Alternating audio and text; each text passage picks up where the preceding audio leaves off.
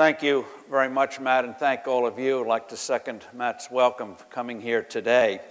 The whole focus today is about the consumer and healthcare, and with all the focus seemingly in other parts of the country about a top-down approach, we think a lot of this is going to be a bottoms-up approach. That's hence the title today, how the consumer is driving disruption in healthcare. Steve Jobs, the late Steve Jobs, was one of the things that was his phobia was what happened to Sony. And he wondered how was it that this fantastic global company started to falter a little bit. And his diagnosis was that the company became a series of fiefdoms instead of an integrated whole. And so no one part of the company knew what the other part was doing, and therefore they couldn't come together and turn out the kind of products that in the last decade Apple became famous for. So he is obsessed that people come together, that you don't get too divided into specialties. So when he designed the new headquarters, even the restrooms he had placed in a way where people would intermingle, even when going to the restroom. No fiefdoms. And in terms of what we see today, in terms of what we see around us today, one of the reasons why we, starting last year, we wanted this kind of healthcare conference was to break down silos and have an interaction, because the old way of doing things clearly is not going to be working anymore. So one of the panelists this morning, Bruce Broussard, had a cycling accident a little over a year ago, injured his ankle, injured his shoulder, and he was astonished, even though he's in the insurance business, about how all the specialties were divided. He filled out similar forms again and again and again and felt there was no real overview, no real bringing it all together. So the purpose today is for brainstorming, stimulate ideas, really stimulate debate about where all of this is going. As I mentioned last night, healthcare has taken on a passion, the subject, that is absolutely astonishing. Shutting down the U.S. government for the first time really since 1791, when George Washington and Hamilton created the financial system in this country that turned us from a deadbeat nation into a AAA credit. We stand the real possibility of a default in a week or two, all over healthcare. But I think the thing to keep in mind is going to the definition, a good definition of economics. George Gilder, the technologist, made this point, and that is to ask the question, what is the difference between us today and people of the Stone Age thousands of years ago? Same physical appetites, same resources on the earth. Well, obviously, the difference is today we know more. We have more knowledge. And the knowledge comes from experimentation, from trying things, seeing what works and what doesn't work. Now, in healthcare, the old system, people have realized since the 1970s, was not tenable, hence the rise of managed care and HMOs and other experiments. Now, the Affordable Care Act, which is kicking in now, means there is no going back to pre-ASA, but also, I don't think we're going to be going to the model of Canada or Europe to a single-payer system. Something new is emerging. There is fear out there, fear on the part of many providers, fear on the part of patients. Are they going to have real choice? Are they just going to be shuffled into something that they have no control over?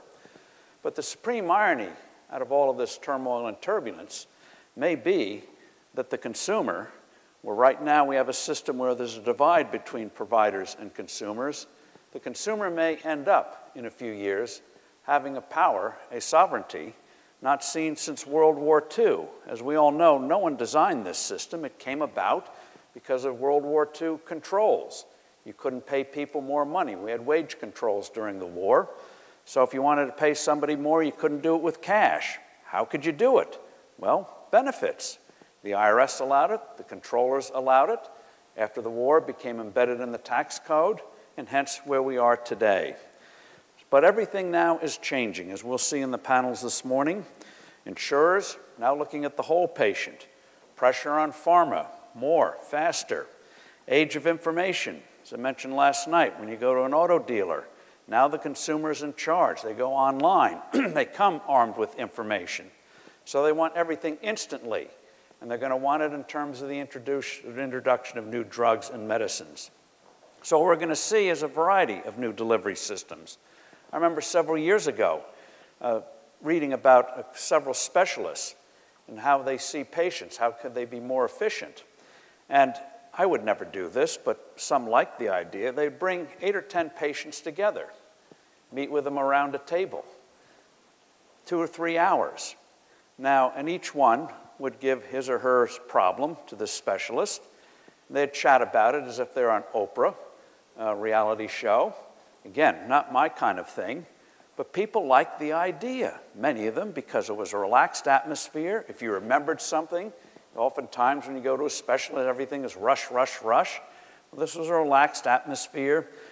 They could feel, oh yes, what about this, what about that? So talk about a lack of confidentiality, all voluntary. But from the specialist point of view, they had 8 or 10 patients happy, much more efficient than trying to see somebody 10, 15, 20 minutes, rush, rush, rush, relaxed atmosphere. Patients leave happy, specialist feels he or she is efficient. So all these kinds of delivery systems, as Matt mentioned, walk-in clinics, minute clinics, the idea you go in, get something done. We see it in flu shots. Once upon a time you wanted a flu shot. Make an appointment with a doctor. Now go to the airport, drugstore, anywhere, on the corner. Maybe we'll have some here today, free of charge, maybe. But the terms of treatments, how things are done, are changing, and we're learning. We already know it, but the implications of it are just beginning in terms of drugs that may not work for one thing, but may work for another. We all know the hideous results of thalidomide being misused in the early 1960s. But it turns out that drug, among other things, is great for the treatment of leprosy. And so in terms of drug breakthroughs, you know, when you go to a store, you hear the word bespoke, something designed for you. This is going to happen more and more in medicine.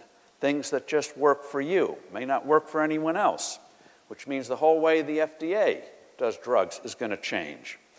So in terms of venture capital, in terms of entrepreneurship, this thing is just beginning. And philanthropy, we'll be discussing philanthropy and its role. Just one example, one of our later panelists, Stephen Andra, Healthcare Service Corporation, was asked to do surgery in China. The patient there wanted the best, wanted him to come over, do some spinal surgery. But instead of just going over and do the surgery, he and others decided, while they're at it, to start a college for training surgeons in China. So all of this kind of ferment is setting the stage for where, even though people today are worried, people are wondering whether we're going to wreck the best healthcare system in the world, no, out of this turmoil, chaos, anxiety, shortages, physicians, consolidation of hospitals and the like, is setting the stage where a new system is going to emerge. And none of us are going to be able to predict it in advance. Technology does amazing things in terms of doing things that we don't anticipate. Just give you one example from the financial world. Until the early 1970s, interest rates at banks were set by regulators. Been that way since the Great Depression. Bankers loved it because the rates were always below treasury bills and the like, so it was a subsidy from the government. How do you break down something like that? Didn't come from a conference like this. It came through a technological breakthrough of something called money funds, where thanks to technology, you could pool commercial paper, treasury bills, back when they had a thing called interest payments. You know, remember interest? They had high interest rates in those days, so they could pool the money together. People put in $500,000 in these money funds and get rates that normally you'd have to pay $100,000, $250,000 to get that kind of instrument. So you're going to see the same thing here, setting the stage and turning what looks like a hopeless liability into a fantastic asset, the greatest growth industry ever, because ultimately healthcare is personal. And the thing to keep in mind in all of this is keep reminding ourselves, why is there supposedly a medical care crisis? Any other part of the economy, demand for more is seen as a great opportunity. But because of this system that grew out of World War II that no one designed, demand is seen as a liability, not something that is going to spur great innovation, reducing costs instead of increasing costs. But out of this turmoil, we're going to get the phenomenon, which we see in so many other parts of our economy, turning scarcity into abundance, and people coming from areas we wouldn't even suspect, coming up with breakthroughs and making all of our lives better. So because healthcare is personal, there's a keen interest in it, and we're happy you're here today to help break down those silos, get the brainstorm going, so that all of us are going to have a longer and better future.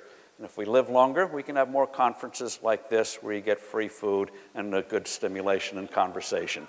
Thank you very much.